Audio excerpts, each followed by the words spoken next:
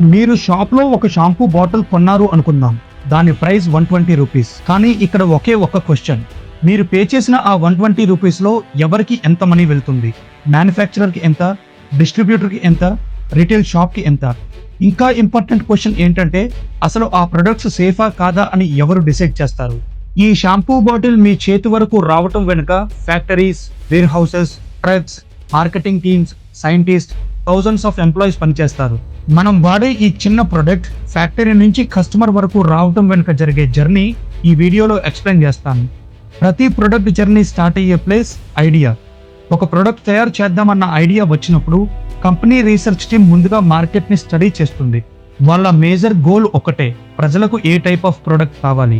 Anti hair fall షాంపూనా, long battery capacity ఉండే mobile ఫోనా, హెల్దీ బిస్కెట్సా, లేక ఇన్స్టెంట్గా టైం సేవ్ చేసే 2 minutes మ్యాగీనా? కస్టమర్స్ ప్రాబ్లమ్స్ ఐడెంటిఫై చేసి కంపెనీ కొత్త ప్రొడక్ట్ కాన్సెప్ట్ని క్రియేట్ చేసుకుంటుంది. ఇక్కడ R&D టీమ్ ఎంటర్ అవుతుంది. అంటే research and development. Scientist and engineers ఫార్ములాని డెవలప్ చేస్తారు. ప్రొడక్ట్ ఐడియా రెడీ అయ్యాక కంపెనీ ల్యాబ్స్లో వందల కొద్ది టెస్టులను చేస్తుంది. ఎగ్జాంపుల్, ఒక షాంపూ బాటిల్ తీసుకుంటే హెయిర్ డ్యామేజ్ అవుతుందా, స్కిన్ ఇరిటేషన్ వస్తుందా, కెమికల్ బ్యాలెన్స్ కరెక్ట్గానే ఉందా అని చెక్ చేసుకుంటారు. ఈ స్టేజ్లో ఆ ప్రొడక్ట్ని మల్టిపుల్ టైప్స్లో క్రియేట్ చేస్తారు. వాటిలో నుంచి ఫైనల్గా ఒక బెస్ట్ వెర్షన్ సెలెక్ట్ చేస్తారు. ప్రొడక్ట్ మార్కెట్కి రిలీజ్ చేయడానికి ముందు ఒక ఇంపార్టెంట్ స్టెప్ ఉంటుంది, అదే సేఫ్టీ అప్రూవల్. ఇండియాలో డిఫరెంట్ ప్రొడక్ట్స్కి డిఫరెంట్ అథారిటీస్ ఉంటాయి. ఫుడ్ ప్రొడక్ట్స్ కోసం food safety and standard authority check చేస్తుంది. మెడిసిన్స్కి డ్రగ్ అథారిటీ అప్రూవల్ కావాలి. ఎలక్ట్రానిక్స్కి సేఫ్టీ సర్టిఫికేట్ కావాలి. వీటి అప్రూవల్ కోసం కంపెనీస్ అన్నీ కూడా lab test reports, chemical analysis, safety data, every డీటెయిల్స్ను గవర్నమెంట్ అథారిటీస్కి సబ్మిట్ చేస్తాయి. గవర్నమెంట్ వాటిని వెరిఫై చేసుకొని ప్రొడక్ట్కి మార్కెట్ అప్రూవల్ ఇస్తుంది. అప్రూవల్ లేకుండా ప్రొడక్ట్ సేల్ చేయటం ఇల్లీగల్.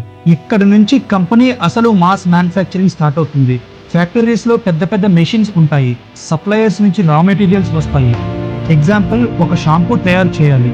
దానికోసం chemicals, flowers, water, plastic bottle, suppliers నుంచి ఇవన్నీ కలెక్ట్ చేసుకొని ఫ్యాక్టరీస్లో ప్రాసెస్ స్టార్ట్ చేస్తారు.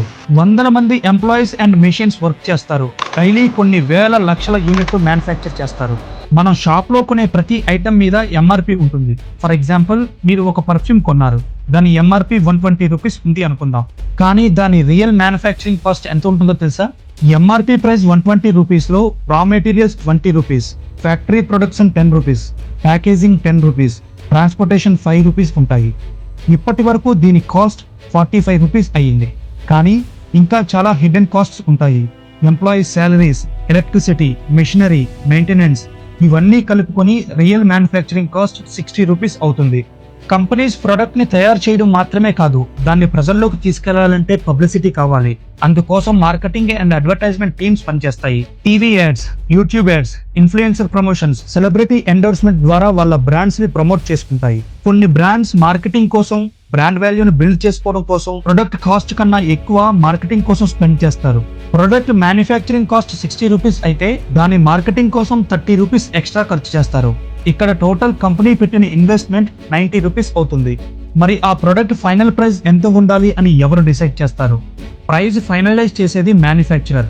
కానీ వాళ్ళు production cost, marketing cost, distribution cost, profit margin అన్నింటినీ కన్సిడర్ చేసుకొని ఒక ఫైనల్ ప్రైస్ డిసైడ్ చేస్తారు. Example calculation, product cost 90 rupees అయ్యింది కాబట్టి company profit margin 30 rupees add చేసుకుని ఎంఆర్పిని 120 రూపీస్ సెట్ చేస్తారు. ఇప్పుడు ప్రొడక్ట్ ని మార్కెట్ కి రిలీజ్ చేస్తారు. మ్యానుఫ్యాక్చరర్స్ డైరెక్ట్ గా లక్షల్లో ఉన్న షాప్స్ కి సప్లై చేయలేరు. అందుకే డిస్ట్రిబ్యూటర్ సిస్టమ్ యూజ్ చేస్తారు. ఈ డిస్ట్రిబ్యూటర్స్ లార్జ్ క్వాంటిటీస్ లో మ్యానుఫ్యాక్చరర్స్ నుంచి ప్రొడక్ట్ కొనుక్కొని గోడౌన్ లో స్టోర్ చేసుకుని రీటైలర్స్ కి సప్లై చేస్తారు. ప్రతి ప్రొడక్ట్ మీద డిస్ట్రిబ్యూటర్ కి మార్జిన్ 5 to 10% ఉంటుంది. Example, product MRP 120 rupees, distributor కి ఆ ప్రొడక్ట్ 100 రూపీస్ వస్తుంది. డిస్ట్రిబ్యూటర్ 5 రూపీస్ ప్రాఫిట్ యాడ్ చేసుకుని రీటైలర్స్ కి 105 రూపీస్ కి సెల్ చేస్తారు. రీటైలర్స్ అంటే kirana shop, super market, online sellers. Retailers 15 rupees profit margin add చేసుకుని 120 రూపీస్ ఎంఆర్పి ప్రైస్ కి కస్టమర్ కి ప్రొడక్ట్ సెల్ చేస్తారు. ఈ ఎంటైర్ సిస్టమ్ మొత్తం రన్ అవడానికి లాజిస్టిక్ నెట్వర్క్ చాలా ఇంపార్టెంట్. ఒక ప్రొడక్ట్ జర్నీ ఫ్యాక్టరీ నుంచి మొదలై wear houses, distributors, retailer shop నుంచి కస్టమర్ వరకు వస్తుంది.